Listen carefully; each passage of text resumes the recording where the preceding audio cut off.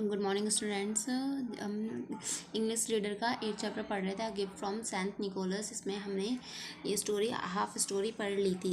इसके आगे अब हम पढ़ेंगे यहाँ पे कि जब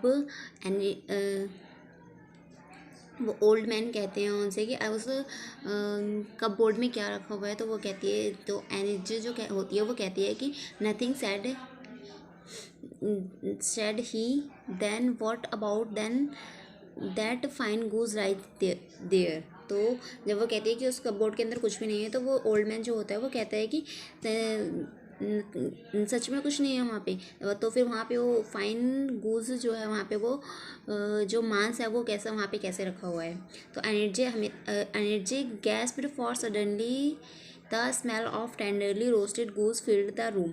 तो एनर्जी उतने में ही वो आश्चर्यचकित हो जाती है एकदम से कि वो अचानक से जब उसे स्मेल आती है, उस रोस्टेड जो भुने हुए मांस की स्मेल आती है रूम के अंदर से, तो वो एकदम से आश्चर्यचकित हो जाती है। She ran to the cupboard and there was a huge goose of platter huge goose on a platter से। तो वो दौड़ती हुई जाती है कपबोर्ड की तरफ और देखती है कि वहाँ पर एक बहुत ही बड़ा सा एक थाल रखा हुआ है, एक थाली रखी हुई है जो कि पूरा गोश्त से मतलब मांस से भरा हुआ है। She also found pies and cakes and bread and many other good things to eat and drink.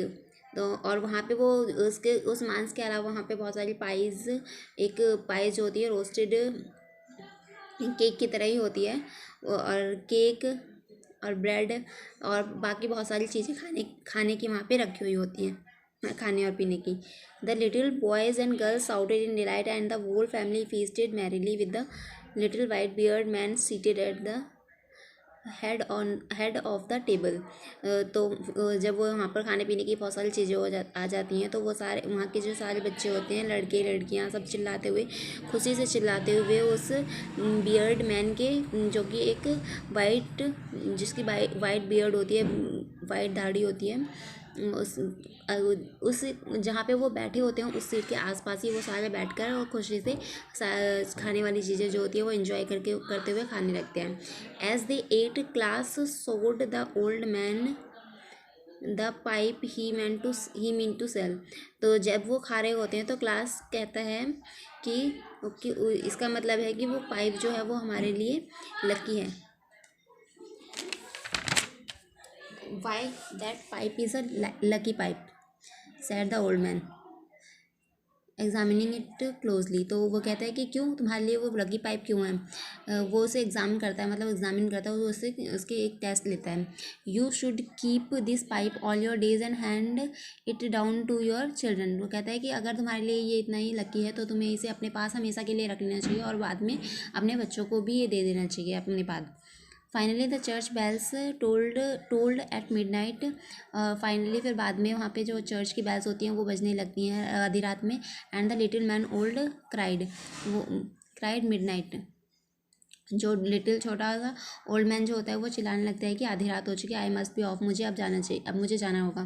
Class and energy begged him to stay and spend Christmas with them. Klaas और एनर्जी जो होते हैं वो उनसे कहते हैं कि कि आप प्लीज़ यहीं पर रुक जाओ आज रात के लिए, क्रिसमस आप हमारे साथ ही मना लेना।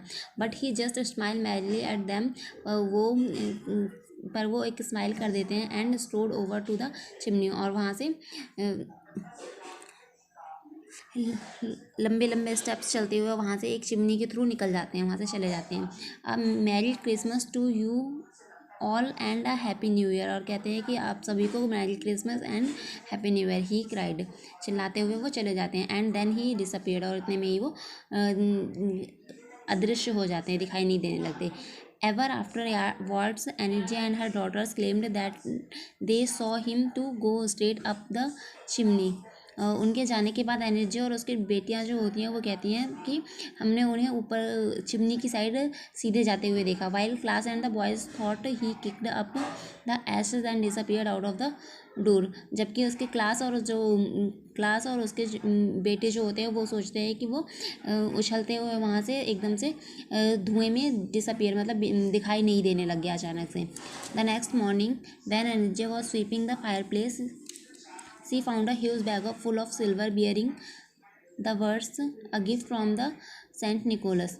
नेक्स्ट मॉर्निंग जब एनर्जी वहाँ पे झाड़ू लगा रही होती है उसी फायर प्लेस के पास जहाँ पे वो लोग बैठ के जब उन्होंने पार्टी की होती है वहीं पे बैठ के वो जब झाड़ू लगा रहे तो उसे एक बड़ा सा बैग मिलता है जिसके अंदर सिल्वर होता है, बहुत सारे चांदी होता है, जिसके ऊपर लिखा होता है कि a gift from saint Nicholas. ये गिफ्ट जो है वो सेंट निकोलस की तरफ से आप सबके लिए है। Outside the house there arose a clamour of voices.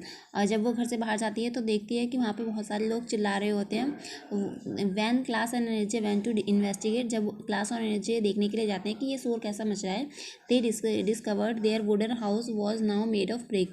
तो वो देखते हैं कि उनका जो लकड़ी का घर था वो एक अब ईंटों के घर से बन गया है, बहुत सुंदर सा घर है। At first the town folk thought they were in league with a wizard, but when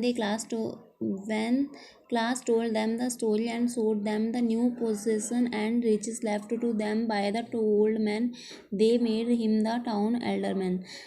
सबसे पहले वो उन्होंने जो टाउन से जब स्टार्ट किया था वहाँ पे रहना, उसी के जैसा पहले जैसा उनका घर था, जितने वो अमीर थे वैसे ही बन गया और वैसा ही उनका घर फिर से बन गया है।